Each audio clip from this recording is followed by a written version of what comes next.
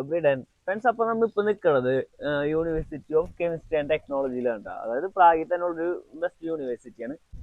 അപ്പോൾ ഈ യൂണിവേഴ്സിറ്റിനെ പറ്റിയിട്ടുള്ള കുറച്ച് ഡീറ്റെയിൽസ് കാര്യങ്ങൾ നമുക്ക് അഹോയുടെ ഡയറക്ടർ നമുക്ക് ഇപ്പോൾ പറഞ്ഞുതരും. അത് നമുക്കൊന്ന് കേൾക്കാം. ഹായ്, വിഷ്ണു പറഞ്ഞ പോലെ നമ്മൾ നിൽക്കുന്നത് ഇന്ന് university of chemistry and technology പ്രാഗിലാണ്. ഇത് പ്രാഗിൽ വൺ ഓഫ് ദ റിനോൺഡ് യൂണിവേഴ്സിറ്റിയാണ്. പ്രത്യേകിച്ച് കെമിസ്ട്രിക്ക് വേണ്ടി പേര് കേട്ട ഒരു യൂണിവേഴ്സിറ്റിയാണ്. ഇത് 1807 ഫോം ചെയ്യുമ്പോൾ ഇതൊരു പോളിടെക്നിക് ആണ്.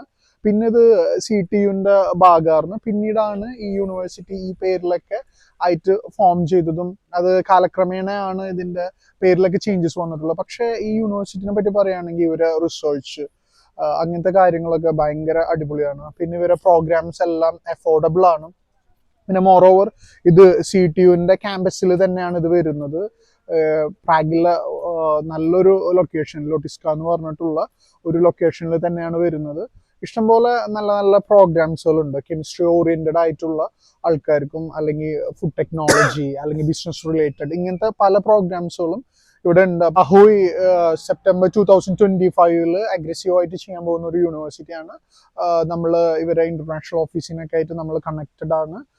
നമ്മൾ ഒരു എന്താ പറയുക, ഒരു അത്യാവശ്യം കുറച്ച് സ്റ്റുഡൻസിനെ ഇങ്ങോട്ടേക്ക് ചെയ്യാൻ പ്ലാൻ ചെയ്യുന്നുണ്ട്. കാരണം മുമ്പ് എന്ന് പറഞ്ഞു കഴിഞ്ഞാൽ നമ്മൾ ഫുഡ് ടെക്നോളജി ഒക്കെ ചെയ്ത യൂണിവേഴ്സിറ്റി ഇപ്പോൾ ബ്ലാക്ക് ലിസ്റ്റഡ് ആണ്. അപ്പോൾ അത് കാരണം നമ്മൾ ഈ പറഞ്ഞ പോലെ ഈ യൂണിവേഴ്സിറ്റി ആയിരിക്കും ഇനി പുട്ട് ഫോർവേഡ് ചെയ്യുന്നത് ഇങ്ങനെ കെമിസ്ട്രി ബാക്ക്ഗ്രൗണ്ട് അങ്ങനത്തെ ആൾക്കാർക്ക് വേണ്ടിയിട്ട്. നമ്മൾ മുമ്പ് ചെയ്തിരുന്ന യൂണിവേഴ്സിറ്റികൾ ആയാലും നല്ല യൂണിവേഴ്സിറ്റികളായിരുന്നു. പക്ഷേ അഗെയിൻ ഈ പിള്ളേരെ അവിടെ പഠിക്കാത്തതും അവർ വേറെ കൺട്രിക്ക് പോകുന്നതും അല്ലെങ്കിൽ അവർ ജോബ് വിസയ്ക്കൊക്കെ കൺവേർട്ട് ചെയ്യുന്നത് കാരണമാണ് ആ യൂണിവേഴ്സിറ്റി ബ്ലാക്ക് ലിസ്റ്റഡ് ആയത്. ഇവിടെ നമുക്ക് എന്തൊക്കെ പ്രോഗ്രാംസ് ആണ് അവൈലബിൾ ആയിട്ട്? ഇവിടെ മെയിൻലി അത് ഓക്കെ ആക്കിക്കോ. ഞാൻ പറയാം, ഇവിടെ മെയിൻലി 5 ഫാക്കൽറ്റീസ് ആണുള്ളത്. ഒന്ന് കെമിസ്ട്രി ആൻഡ് ടെക്നോളജി, പിന്നെ അതേപോലെ തന്നെ ബിസിനസ് മാനേജ്മെന്റിന്റെ ഒരു ഫാക്കൽറ്റി ഉണ്ട്. പിന്നെ മൂന്നാമത്തേത് നമുക്ക് എൻവയോൺമെന്റ് ടെക്നോളജി ഉണ്ട്. അതായത് എൻവയോൺമെന്റ് റിലേറ്റഡ് ആയിട്ടുള്ള സ്റ്റഡീസ്. ഇപ്പോൾ നമുക്ക് സ്പെസിഫിക്കലി അങ്ങനെ വരാറുണ്ട്, കുറച്ച് ആൾക്കാരൊക്കെ അങ്ങനെ ചോദിക്കാറുണ്ട് സ്പെസിഫിക് പ്രോഗ്രാംസ്.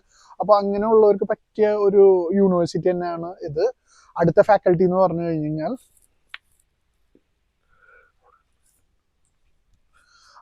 അടുത്ത ഫാക്കൽറ്റി എന്ന് പറഞ്ഞു കഴിഞ്ഞാൽ ഫുഡ് ആൻഡ് ബയോടെക്നോളജി ആണ് വരുന്നത്. ഇപ്പോൾ നമുക്കും അങ്ങനത്തെ എൻക്വയറീസ് കിട്ടാറുണ്ട്. ഇങ്ങനെ ഫുഡ് റിലേറ്റഡ് ആയിട്ട് പലരും പഠിക്കുന്നുണ്ട് ഇപ്പോൾ നമ്മുടെ നാട്ടിൽ. അപ്പോൾ അതിനൊക്കെ പറ്റിയ ഒരു ഫാക്കൽറ്റിയാണ് ഇവിടെ ഉള്ളത്.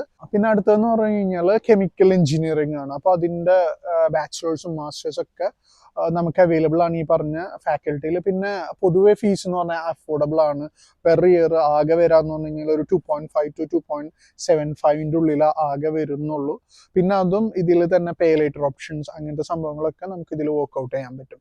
പിന്നെ പൂർണ്ണമായിട്ടും നമ്മൾ അസോസിയേറ്റ് ചെയ്യുന്ന യൂണിവേഴ്സിറ്റിയാണ്. അപ്പോൾ നമുക്ക് നല്ല സപ്പോർട്ട് വൺസ് അവരിവിടെ എത്തിക്കഴിഞ്ഞ് കഴിഞ്ഞാൽ ഇപ്പോൾ പ്രോഗ്രാം റിലേറ്റഡ് ആയിട്ട്, അതായത് റിസർച്ച് അങ്ങനത്തെ കാര്യങ്ങൾക്കൊക്കെ ആയാലും. ഇപ്പോൾ അഹോയുടെ നെക്സ്റ്റ് ഇതെന്ന് പറഞ്ഞു കഴിഞ്ഞാൽ നമ്മൾ PhDക്കാണ് വർക്ക് ചെയ്തുകൊണ്ടിരിക്കുന്നത്. അപ്പോൾ ഇവിടെ തന്നെ നമ്മളൊരു നെറ്റ്വർക്ക് ഉണ്ടാക്കിയിട്ടുണ്ട്. PhD പല യൂണിവേഴ്സിറ്റിയിൽ വർക്ക് ചെയ്യുന്ന ഫെലോഷിപ്സും അല്ലെങ്കിൽ പോസ്റ്റ് ഡോക്ടറിലൊക്കെ ചെയ്യുന്ന ആൾക്കാർ. അപ്പോൾ റിസർച്ച് ഓറിയന്റഡ് ആയിട്ട് വരുന്ന കുട്ടികളെ കൂടുതൽ സപ്പോർട്ട് ചെയ്യാൻ വേണ്ടിയിട്ടാണ് അഹോയ് അങ്ങനത്തെ ഒരു നെറ്റ്വർക്ക് ബിൽഡ് ചെയ്യുന്നത്. പിന്നെ നാട്ടിൽ നിന്നും PhD ചെയ്യുന്ന ആളുകളെ കുറച്ചും കൂടി നമുക്ക് ഇവിടെ എത്തിക്കണം. അത് ഒരുപാട് പൊട്ടൻഷ്യൽ ഉള്ള ആൾക്കാരുണ്ട്. അപ്പോൾ റിസർച്ച് ഓറിയന്റഡ് നോക്കുന്ന ആൾക്കാർക്ക് എന്തുകൊണ്ടും നല്ലൊരു യൂണിവേഴ്സിറ്റിയാണ്. പിന്നെ പോസ്റ്റ് അറൈവൽ നിങ്ങളെ റിസർച്ചിന് വേണ്ട സപ്പോർട്ടൊക്കെ നമുക്ക് പ്രൊവൈഡ് ചെയ്യാൻ പറ്റും. നിങ്ങൾക്ക് ഈ വീഡിയോയിൽ കൂടി നമ്മൾ കെമിസ്ട്രി ആൻഡ് ടെക്നോളജിയിൽ എന്തൊക്കെ കോഴ്സാണ് അതിനെപ്പറ്റി കൂടുതലായിട്ട് ഡീറ്റെയിൽസ് ആയിട്ട് മനസ്സിലായെന്ന് വിചാരിക്കുന്നു. അപ്പോൾ അതിന് എന്തെങ്കിലും സംശയം ഉണ്ടെങ്കിൽ നമുക്ക് താഴെ കമൻറ്റ് ചെയ്യുക. അതുപോലെ തന്നെ അഹോയുടെ കോൺടാക്ട് കാര്യങ്ങൾ ഞാൻ ഡിസ്ക്രിപ്ഷനിൽ കൊടുത്തിട്ടുണ്ടാവും, അതിലേക്ക് നിങ്ങൾക്ക് കോൺടാക്ട് ചെയ്യാം. ഇത് ഡയറക്റ്റ് നിങ്ങൾക്ക് എല്ലാ ഡീറ്റെയിൽസും അവർ പറഞ്ഞു തരുന്നതായിരിക്കും. അപ്പോൾ നമുക്ക് ഈ വീഡിയോയിലൂടെ ഈ ഡീറ്റെയിൽസ് ആയിട്ട് പറഞ്ഞു തന്ന നമ്മളെ അഹോയുടെ ഡയറക്ടർക്ക് എന്തായാലും ഒരു താങ്ക്സ് ഉണ്ട്. താങ്ക്സ്.